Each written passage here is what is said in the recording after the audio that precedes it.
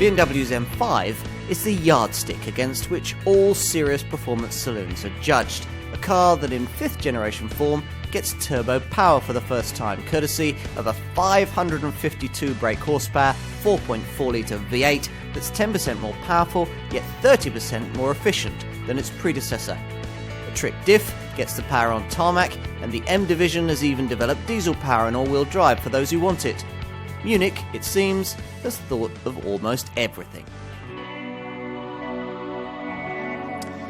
Super saloons may come and go, but one machine continues to define exactly what a car of this kind should be.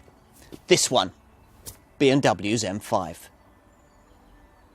Since 1984, when the Munich maker first slotted the engine from its M1 supercar under the bonnet of one of its ordinary 5 Series sedans to create the world's fastest four-door, this has been the definitive motorsport bred business blaster. We've seen it over 4 generations throughout 3 decades, and in each case the formula has been the same. Huge reserves of performance matched to state-of-the-art technology. What has changed has been the configuration of engine required to deliver those benchmarks, with BMW's M division breathing on everything from straight sixes to a couple of 5-litre power plants, first a V8 and most recently an even more manic V10. All of them normally aspirated units, unlike the engine chosen for this 5th generation version launched late in 2011. It's another V8. This one just 4.4 litres in size, but with twin turbos, boosting its output to a frantic 552 brake horsepower, which makes this the most powerful BMW series production engine of all time. A difficult product to launch, you might think, in an era of eco-consciousness. BMW believes not, proud of the way that it can create a 190 mile an hour machine, still able to return over 30 miles to the gallon at cruising speeds, yet put out no more CO2 than a humble Ford Cortina, thanks to running costs slashed by over 30% compared to the previous model. There's even an all-wheel driven M550D X-Drive diesel version with a 381 brake horsepower 3-litre straight 6, offering even more torque to match this model's ballistic day-to-day performance potential. Either way, this flagship 5 Series offers a massively different ownership proposition to its V10 predecessor, a thirsty beast with a clunky gearbox that forced a motorsport mood upon you whether you wanted it or not. Here, we've a very different approach, a far more sophisticated one from what is potentially the most capable super saloon on the planet. Whether it is or not, we're about to find out. AMGs, XFRs and ISFs are all very well, but for many enthusiasts, this is the only badge that matters in the super saloon segment. I have to say right up front that I'm among them. I've driven every generation of M5 over the last 25 years, but nothing quite like this 5th incarnation, powered as it is by the most potent engine ever devised by BMW's high-performance M division. Fire it up, and the fun begins. It isn't just the extra 51 brake horsepower that this engine offers over the old V10 that matters. More important, the Munich maker promises, is the way that you can access its power so much further down the rev range, from a car that's far simpler to drive. Simple to drive? Modern M5s have never been that, nor you could argue should they be, but complication did reach rather ludicrous levels with this car's predecessor, a car that had no fewer than 11 different gear shift modes, all of them clunky and prone to embarrassing hesitation. Now, this time round, there's a far more sophisticated 7-speed MDCT dual clutch auto system that you can either operate in full auto mode, or if you brush the gear stick, or better still, touch these gear shift paddles behind the steering wheel, you can use as a sequential manual. Now, whichever mode you choose, you've got 3 different gear shift speeds that you can alter via this rocker switch just behind the gear lever here. Get it working to your liking and you can enjoy gear shifts that can be race car quick and accompanied by Schumacher style oral fireworks. Simple enough so far? You haven't heard the half of it. Arranged here in horseshoe formation around the gear lever are the additional controls that will enable you to set this M5 up just as a race driver would set up his race car.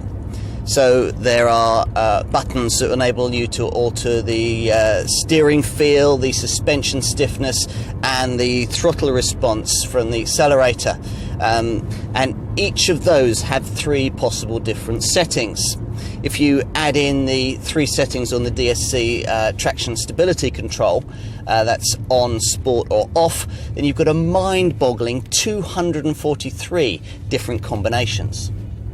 Which is why, to make it all so much more straightforward, BMW has helpfully provided the shortcut M1 and M2 buttons on the steering wheel.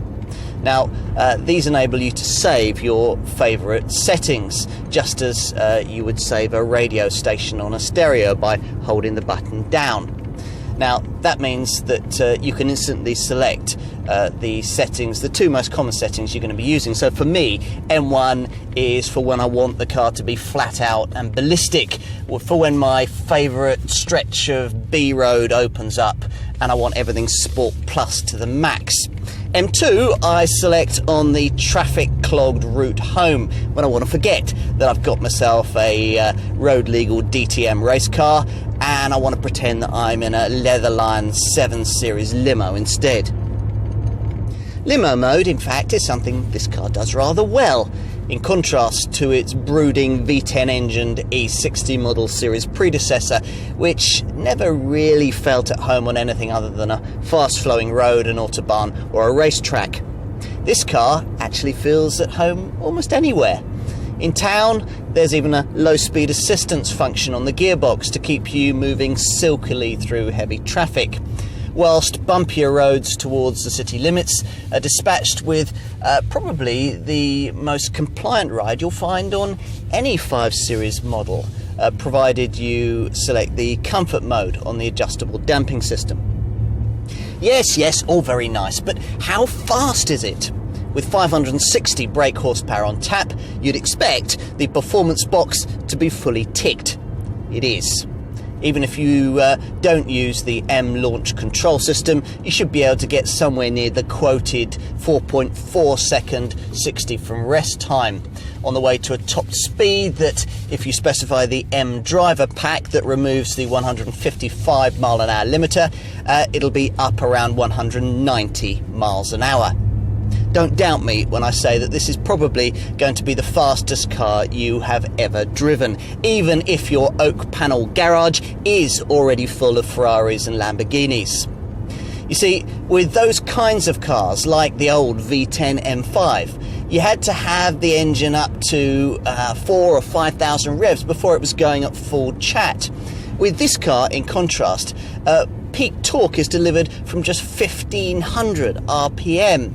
And that means you've got the kind of low-speed thrust that drivers of many more powerful supercars can only dream about. But speed, of course, is nothing without control. In what is essentially the diesel version of this car, the 381 brake horsepower straight 6 M550D X-Drive, traction is taken care of by an all-wheel drive system. Now, this variant has even more torque than this petrol model. It has 720 newton meters as opposed to 680 newton meters, and it's almost as quick, 4.7 seconds to 60. But it's not a real M5, or won't be in the eyes of many. This, the real thing, counters with a fiendishly clever M active differential that's able to transfer power to the tarmac so effectively and offer so much grip that the back end is never even going to think about swinging round on you unless you disable the DSC system completely or conditions are really slippery. which is good to know, particularly when you're barreling down your favourite B-road, or better still, you're flat out on a track day, everything's Sport Plussed to the max. No, of course, a 2-ton super saloon is never going to change direction with the agility of a Ferrari, but that trick diff does a good job of disguising all of that bulk. And I'd be lying if I told you that I thought the deep, bassy soundtrack of this V8 as good as the gravelly roar of the old M5 V10. But stuff like that tends to get forgotten when you really get out and drive this car as the Munich men intended, ideally on a racetrack. No, I know that most M5 owners never drive their cars off the Queen's Highway, but most M5 owners are missing out. Get yourself onto a racetrack with an instructor and you can enjoy the delicious way that barreling out of corners you can turn this car on its throttle. Believe me, it's worth smoking through an expensive set of Michelin rubber for. Here, there are very few of the gadgets that BMW says are needed to make an ordinary 5 Series into a driver's car. Things like rear-wheel steering, electromechanical variable ratio steering, active anti-roll bars, none of that. An M5 doesn't need it. It only needs you and an open road. M5s have always been good at dialing down the aesthetic excess to create a potent yet low-key appearance that will enable you to get away with using more of that performance more of the time. This one is no different, understated to a T, just as most owners will want. Compared to its predecessor, this F10 generation car appears to have cut out the takeaways and hit the gym a bit harder, with a far more lithe profile and sleeker detailing. Being longer, wider yet lower will do that for you. Couple that with some more overt M Division styling touches and you have a more confident design that shares only 20% of its parts with a regular 5 Series. At the front, the broad black grille slats and the trio of air intakes that cool the big V8 combine with the LED light rings and the Bi-Xenon main beams to create some serious rear view mirror presence.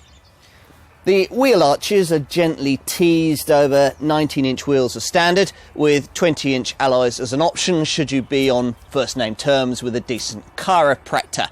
Through them you can glimpse the 6-piston fixed calipers of the high-performance braking system.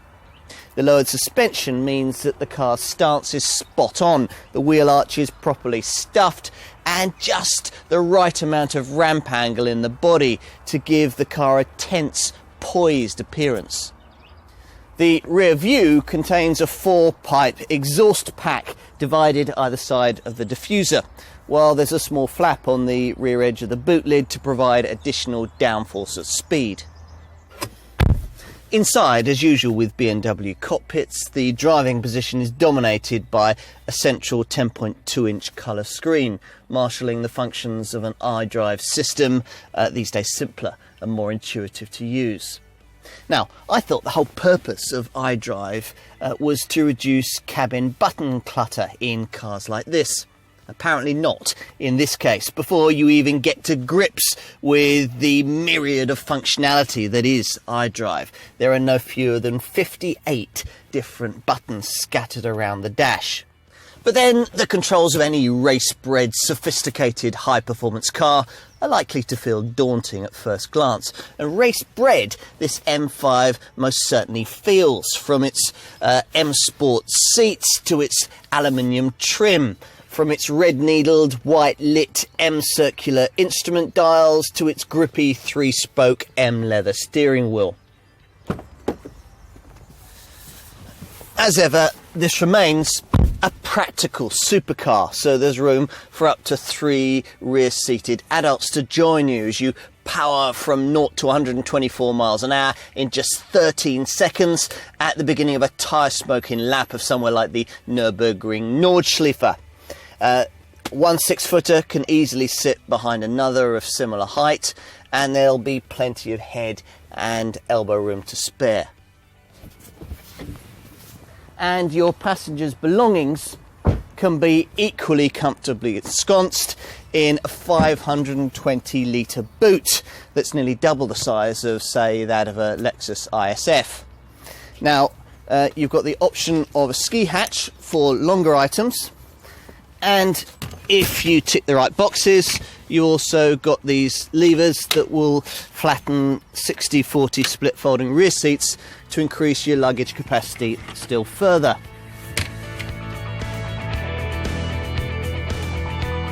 Now, though there's quite a saving to be made by opting for the M550D X-Drive version of this model with its standard all-wheel drive and touring estate option, most enthusiasts will doubt that to be the real thing. This most definitely is, but there's inevitably a commensurate price to pay for the privilege, the £73,000 launch figure pitching this car around £8,000 over the cost of, say, a Jaguar XFR.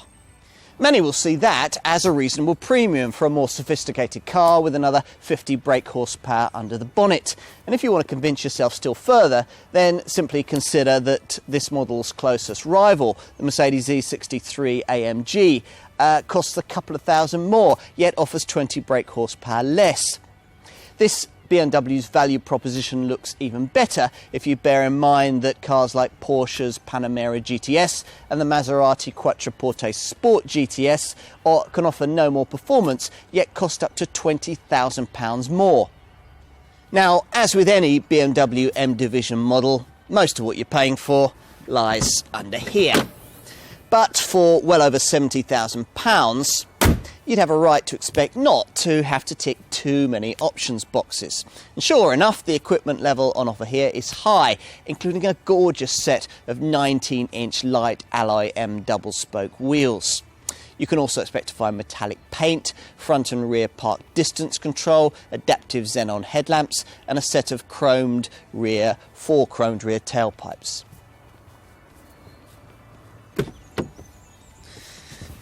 Moving inside, you'll find 4-zone air conditioning and voice control to better operate the excellent BMW Professional multimedia sat-nav system, and a stereo setup that includes both a DAB digital radio and USB functionality. Also making the team sheet are features like a head-up display, auto headlamps and wipers, an auto-dimming rear-view mirror, an electrically adjustable steering column, a glass electric sunroof, and a 3-spoke multi-function leather M Sport steering wheel with gear shift paddles. You get leather seats too, heated in the front, but if you want the same hide to extend around the cabin as I've got in this car, there's a cool £5,000 premium to pay. Emissions? Well, it's a bit galling at this level to have to pay extra for the split folding rear seats and the ski hatch, for lumbar support for the front seats, and even at this level for a reverse parking camera. Still, all the expected safety bases are covered, including 6 airbags, tyre pressure monitoring, and a sophisticated switchable DSC stability control system that enables you, by pressing the DSC button, to override the basic intervention systems. You can either raise the threshold of the intervention or switch it off completely if you're wanting to indulge in some tail-out antics. Now, that's if you want to play with the 560 braked horses at your disposal. If you merely want to control them, then there are all manner of braking systems to help you do it. So the basic ABS setup is enhanced by a DBC dynamic brake control system. You've also got a brake assistant for emergency stops, brake fade compensation, a CBC cornering brake control system, and another little clever system that dries the brake discs after you've driven through water to make them always instantly effective. If you want to go further, there is of course plenty on the options list for even greater peace of mind. A surround view camera system helps you avoid parking prangs and gives you a wider field of vision when coming out of junctions. There's a lane change device that stops dozy drivers from veering out of their lanes on the highway, and a lane departure warning system which stops you dangerously pulling out to overtake in front of another driver. A speed limit camera reads speed limit signs as you pass them and displays them on the dash. Then there's a night vision system to give you better vision after dark, and a high beam assistant that will automatically dip your headlights for you against oncoming traffic at night. This car is certainly quick enough to leave its V10 predecessor choking on its exhaust fumes, and there won't be as many of those as you might expect, thanks to fuel consumption improved by 30% over its predecessor. Owners of that old model may have been able to afford to keep filling it up, but having to stop for fuel every 250 miles or so on a long cross-continental journey often used to turn what would potentially be a very rapid trip into a somewhat slower one.